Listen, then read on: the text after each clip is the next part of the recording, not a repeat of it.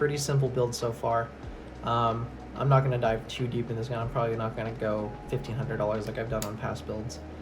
I'd be surprised if I even hit 1,000. Surprised if I even hit 1,000. Surprised if I even hit 1,000. So that was a fucking lie.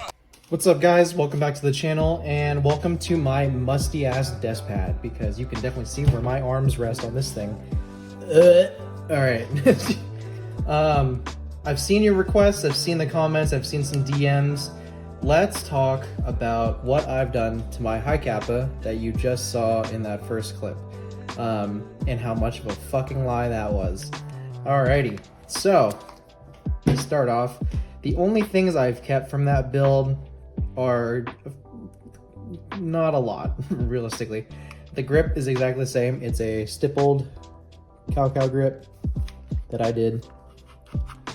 Love it. It's holding up great. Kept the grip safety because I like the 5.1 grip safety, and I'm too cheap to buy a steel one because those are expensive.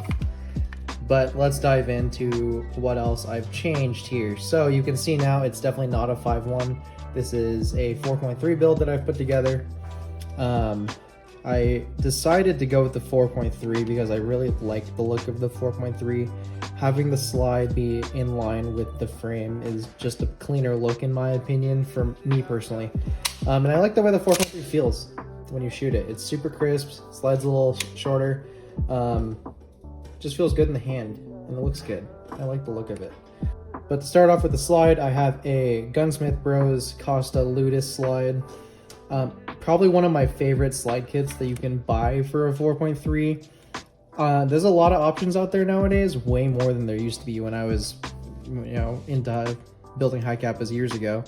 So it's nice to see all the new stuff out for 4.3s, but I'm just a big fan of this slide kit because it's not super flashy at all, like whatsoever, but it still looks good. I kind of wanted to go for a, how do I say this? It's like subtle flashy, it's a normal 4.3 just with some added extras that kind of make it stand out a little bit, you know what I mean? Cool. Sights are stock because I have no problem with these. A lot of the aftermarket sights that I've used, I just don't like the screws that they usually come with, and then when you try to use this one on those sets, they look stupid or don't work. The one like AIP, for instance, their screw for the back is super short and you end up just losing it, which every 4.3 owner loses the screw. I haven't, and I don't know how. But I like the stock sights. There's nothing wrong with them. Plus, like, who aims anyway? Next up, we have I want to say this is either a cow or an airsoft masterpiece, but big difference. I think this is a cow steel barrel. This is a threaded barrel as well.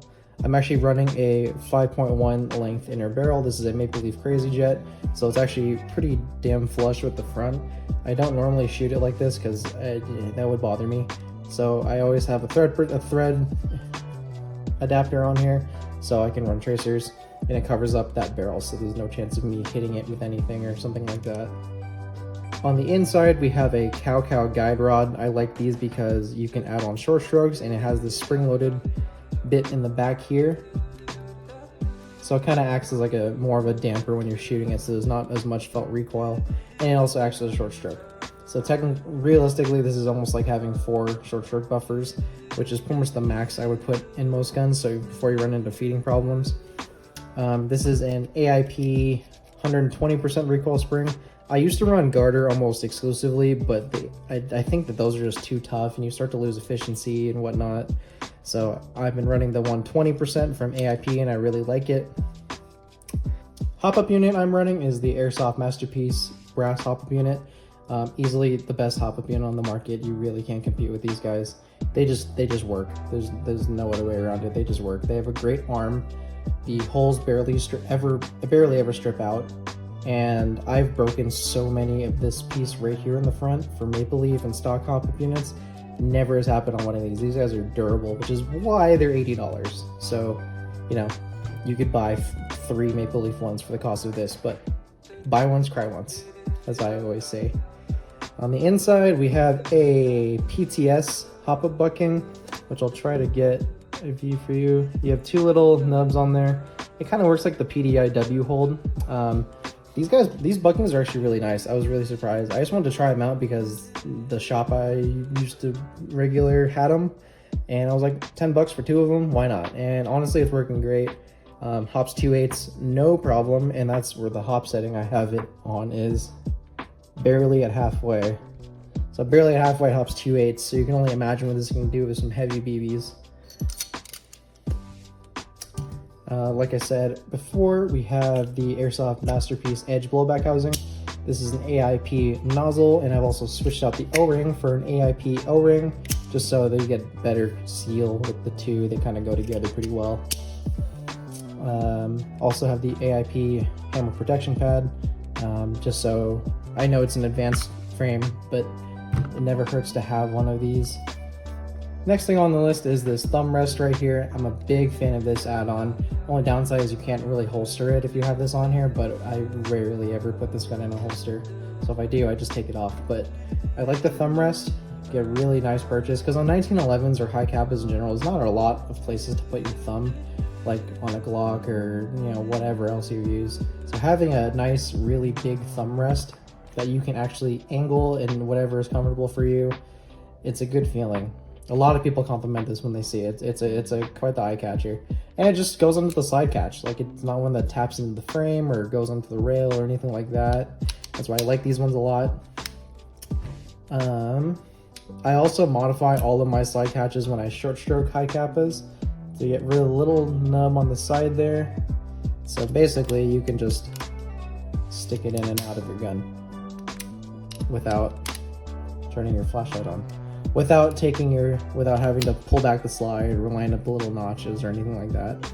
And when it's together, the detent in there holds it in place. It's not like it just kind of falls out or anything like that. It's still in there. You can hear it like click in place. That's it going under that detent. So if you want to short stroke your Hicapas more, and you don't, or if you want to like overly short stroke your Hicapas and it still feeds, good for you, first off. But yeah, just do that. Shave off the little nub on your slide catch, and then boom, no problem.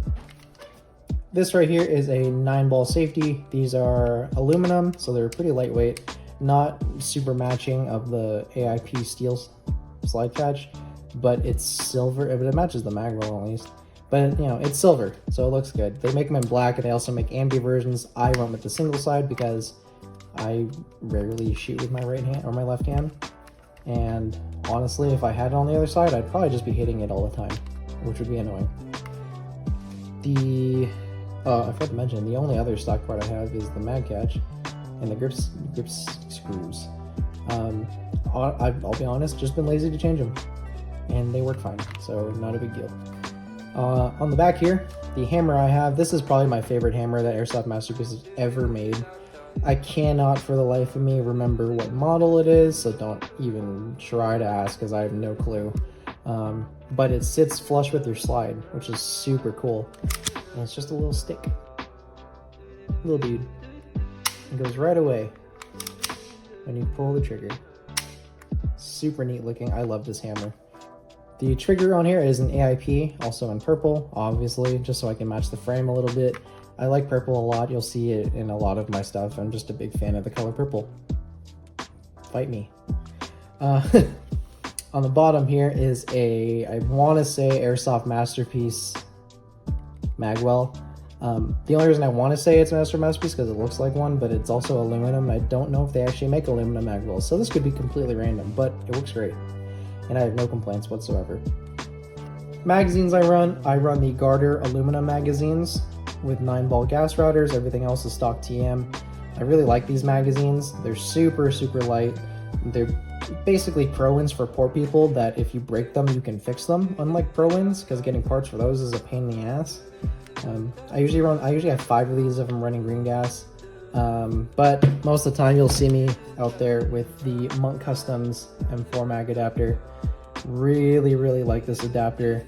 Other adapters out there, they're cool, and I've used a lot of them. I say a lot like there's a bunch, but there's only like 3 other ones. But I just like how this cuts down on length. There's not a giant magazine sticking out the bottom of your gun. So this guy, keeping it nice and small, keeps it right against your arm. I'm a big fan of this one.